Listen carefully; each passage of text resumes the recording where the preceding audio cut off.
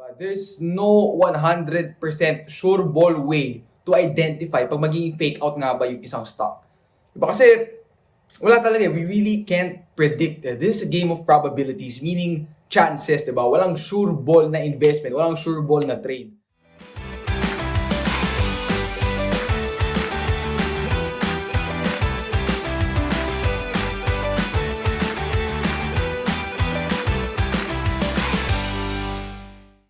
What's up mga ka-investa? Ito, Trading here back with another video. And may isang tanong lang ako actually para sa inyo lahat. Ay, nakaranas ka na ba ng false breakout? Kung hindi pa, well, you probably have only been in the market for 2 weeks. Right? So, I'm sure maraming tao sa community dyan nakaranas yan. Ako, personally, I've experienced that countless of times, especially considering majority of my buy signals, especially early on in my trading journey, were more on breakouts, right? Because I wanted to be in the moves na yung tipong you make the most amount of money in the shortest amount of time, right? And usually you get that by trading breakouts. But the thing is, not all breakouts work, Not all the examples in the textbooks, it doesn't go rather textbook lang na, pagka-breakout, tutuloy na yan, 100% double your money, hindi. Of course, there will be moments na magkaka-false breakout yan, and meaning, nag-breakout pero bumalik lang sa loob ng base or consolidation. And baka marami nagtatanong, hey, mga boss, paano ba i-handle yung false breakout? Or how can we avoid it altogether para hindi naman sayang yung bili, di sayang yung cut loss, sana pinang-Jollibee ko na lang. Well, mga boss, sasagutin ko yan, yung tanong na yan, in this video. Pero before that, para lang sa mga di pa nakakalam kung ano yung false breakout, let me give you a few examples. Alright, let's go. Let me show you guys a few examples. And I guess we could treat this lesson as a quick, bonus lesson for InvestaUniversity, where we give a free stock market learning courses. So, eto na. How to navigate through false breakouts, right? So, this portion of the video is, to give you guys some examples and maybe to reminisce kung na-experience na rin to. So, as we all know, we want to stick sa mga uptrending stocks, and obviously, we want to, like, an early leader or a leader nung mga mid to late 2018, early 2019, stocks like ABA, dito tayo gusto mag-participate, Stocks in an uptrend, from 0.30 cents went all the way up to 1.10 at its peak. And through all of these, alam natin mga continuation patterns, sinuro ko na yun, and all the way through, this uptrend, it gave multiple continuation patterns we could have taken advantage of. It gave 2 Darvas boxes or flat bases, whatever you want to call it. It gave 2 falling wedges or downtrending channels, right? Basta yun, ang daming opportunities for entry, right? Na may low, hindi naman low risk, pero may defined risk point, We know where to cut our losses based on the patterns at hand. But let me go back, right? All the way to when it made its first base, So it ran up, from 0.24 all the way to 0.40-ish, 0.45, right? So now it formed the continuation pattern. And if you're a breakout trader, kung support ka, nakabili ka support, solid. If breakout trader ka, nag-aabang ka pa. Nag-aabang tayo ng breakout. And then, boom! Ito lang pala makakuha natin, So, this is what you call a fake out or a fake breakout. And talagang, at this point, given a penny stock to, more likely than not, kung mga 0.46 ka bumili, papakat ka talaga 3 cents down. So, laki ng volume, nag-breakout na. So, parang, ang lumalabas at naugat mo, nakaka-bad trip, Sana end of day na lang nag-execute, blah, blah, blah, or whatever. Right? And then, yan. Pinanood mo lang for a while, And then, yan. Finally, nag-breakout na. Bumili ka ulit. Yan na. Past 2 days, good volume. Napabili ka ulit. And after a few more days, ayun, from the peak, it went up probably about 12%. Kung di ka pa if trend follower ka, di ka talaga mapapabenta dito. Kung momentum ka na quickie lang, sige, maybe. More likely than not, mapapakat ka ulit. Right? Mga bumili din ng retest, so papakat. So, it went down 20% from the peak. So, parang 3 beses ka na fake out. Di ko na in-include to sa una, but yeah. Ito, fake out rin yan. Nag-try mag-breakout, ejection candle. So, 3 beses ka na fake out kay ABA. Ito na, the 4th time nag-breakout na. Pero, onti lang yung volume. So, maybe this time, sinabi mo na, ay, sige, di na ako bibili. Not knowing na it was your final buying opportunity, at least in that consolidation pattern, before almost doubling in price, or at least before doubling in price talaga. in about 3 to 4 months. Diba? Albeit low volume, but again, as I mentioned before, price is king, volume is gravy. We wanted to see volume, it didn't give us that, but at the end of the day, it still went up big. Right? So, ito talaga yung challenge, right? Na if na-fake out ka, which I'll talk more about later. Diba? And here's another example. We have Zoom. Diba? Zoom, diba? Forming whatever pattern you want to call this, a consolidation pattern. Yan, nag-break out above average volume.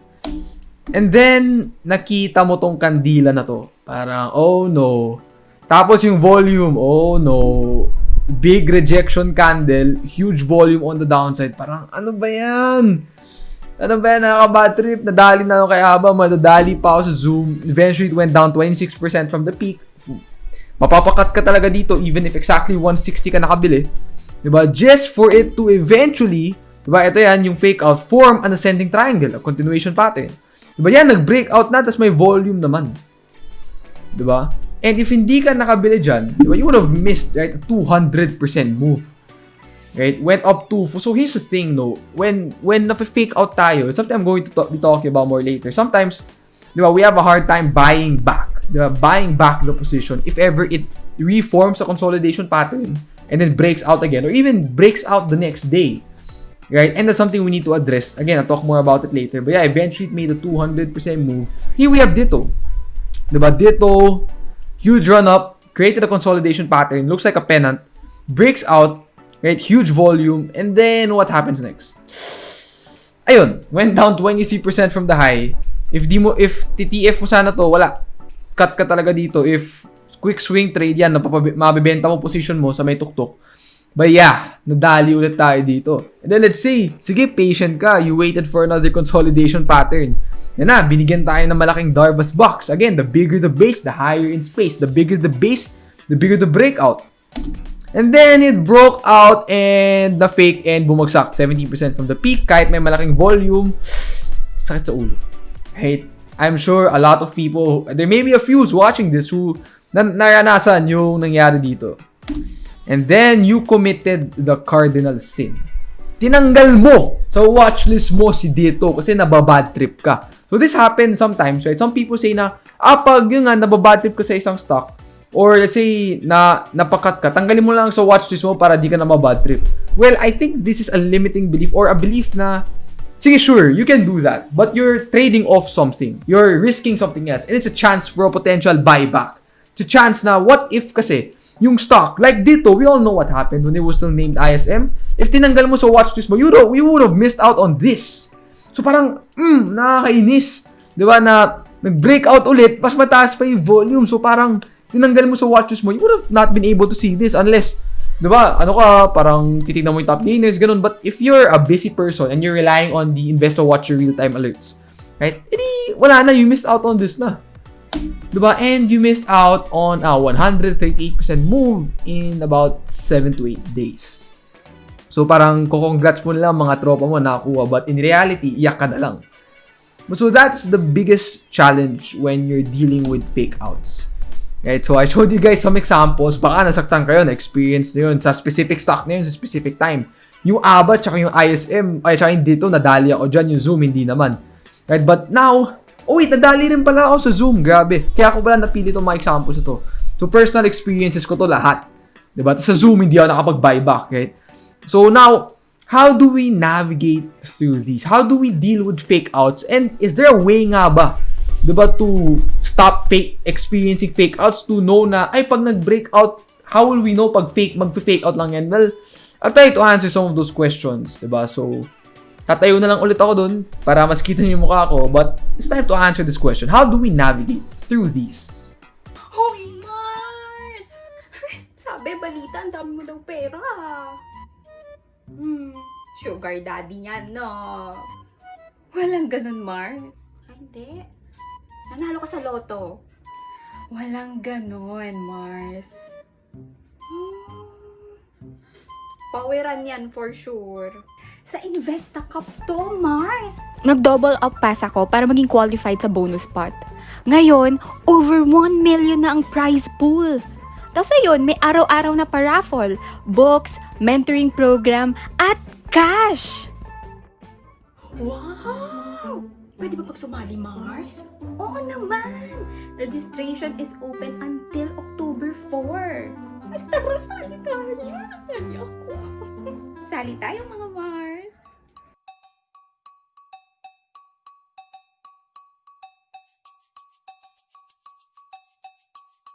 Right? So now na nakita nyo na kung ano nga ba yung fake out, I'm sure right, marami na may alam nito. So now the question is, as I've just mentioned, how do we navigate through this? Is there really a way? So yun yung common na question eh. Meron bang paraan para maiwasan yung fake out? Or yung common question na parang tatanungin ng karamihan, even me when I was starting out, boss, is there a way para malaman ko kung mag-fake out yung stock or hindi? Right? So I'm going to give a few tips to help answer that concern, that very parang common question, di ba? But before I go to that, there's one thing I want to say. Diba? There's no 100% sure ball way to identify pag magiging fake out nga ba yung isang stock. Diba? Kasi wala talaga, we really can't predict. This is a game of probabilities, meaning chances, diba? Walang sure ball na investment, walang sure ball na trade. But these steps or these ways of analyzing the stocks, you know, it may help. Diba? So first, we need to know what is the market theme. Diba? So it basically means, ano nga ba yung market environment kung nasan tayo ngayon? Siyempre, kung nasa bull market tayo, mataas yung probability na magbe-breakout, na magiging successful yung breakout. Diba na parang pagka-breakout, tutuloy na. But if we're in a bear market or a sideways market, diba, what's more likely to happen? Diba, most likely, baka mabibenta sa resistance most of the time yung mga nakabilis support. Or, pagka-breakout, parang mauuntog ka agad mauuntog siya kaagad. Right? Or mas mataas yung chance na ma-fake out. So, for me, we need to adjust to the market theme. Right? Kaya, and I learned this mostly from JC. When I trade the PSE market or the local market, yung style ko talaga is be like water. I adjust my strategies based on what the market environment is giving me. Diba? So, if the market is sideways or downtrending, syempre, may mga breakouts na tutuloy. But more likely than not, yung probability na tutuloy sila, mas maliit. Mas maganda pa na mag-accumulate ka na lang support, di ba? Kung ano mang support level mo, kung Fibonacci or structural support. And then, magsimula ka na magbenta sa resistance. Yes, pwede pa siya tumuloy. But yung probability in a big sample size is, baka mas mataas yung chance na mauntog siya. Like nung April, or ano ba yun? Parang late April, tas buong May 2020. Diba? Medyo consolidating yung market natin nun. And kung pinilit mo yung breakouts like I did, mapapakatlos ka talaga. So that's one thing. Know the market theme. Make sure parang the wind is at your back. Right? Siyempre, bull market, solid. But kung bear market, or sideways market, we need to adjust.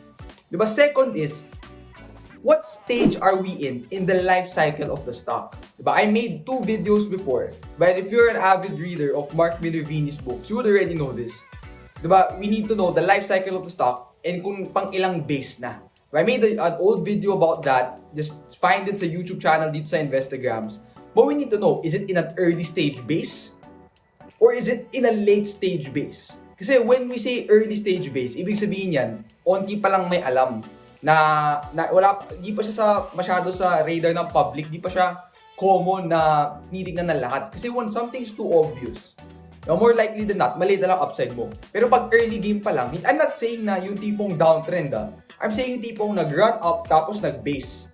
Diba? Yung first base. Pero kapag nag-run up base, yung sobrang halatang uptrend na, tapos lahat tumitingin doon, lahat ng tao, yun yung watch list. Baka mali na lang upside mo doon. So we need to know, pang ilang base nga to. If you're trading a late stage base, maybe a 4th or 5th base. And again, watch our old YouTube videos to know what this is or read Mark Minervini's books. Pag it's a late stage base, may mas mataas yung chance na baka ma-fake out ka or maliit na lang upside mo. Diba? So that's something we need to know. Are we in a late stage base or an early stage base? Ano nga ba yung life cycle na stock? Diba? Next is, we need to know the volume activity. So if you watch yung mga InvestaUniversity lessons natin, we discussed ano nga ba yung constructive volume for market leaders.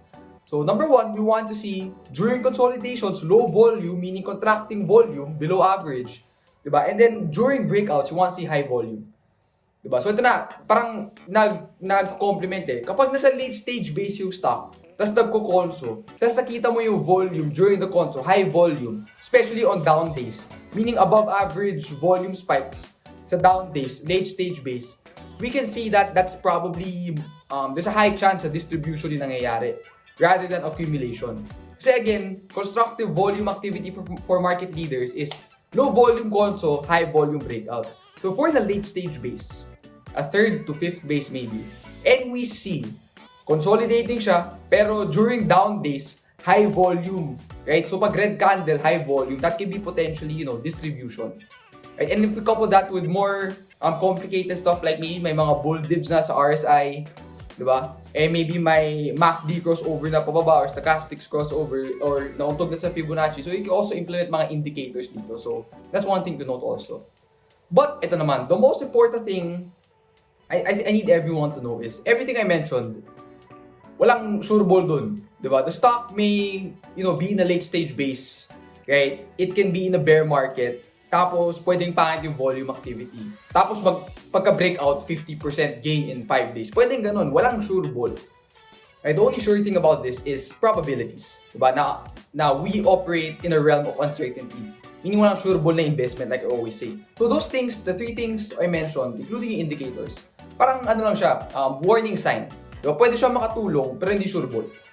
Diba? But those are things you need to take into consideration. But the biggest thing, I think, is we need to understand na fake outs will happen. And we need to know how to handle them rather than avoid them.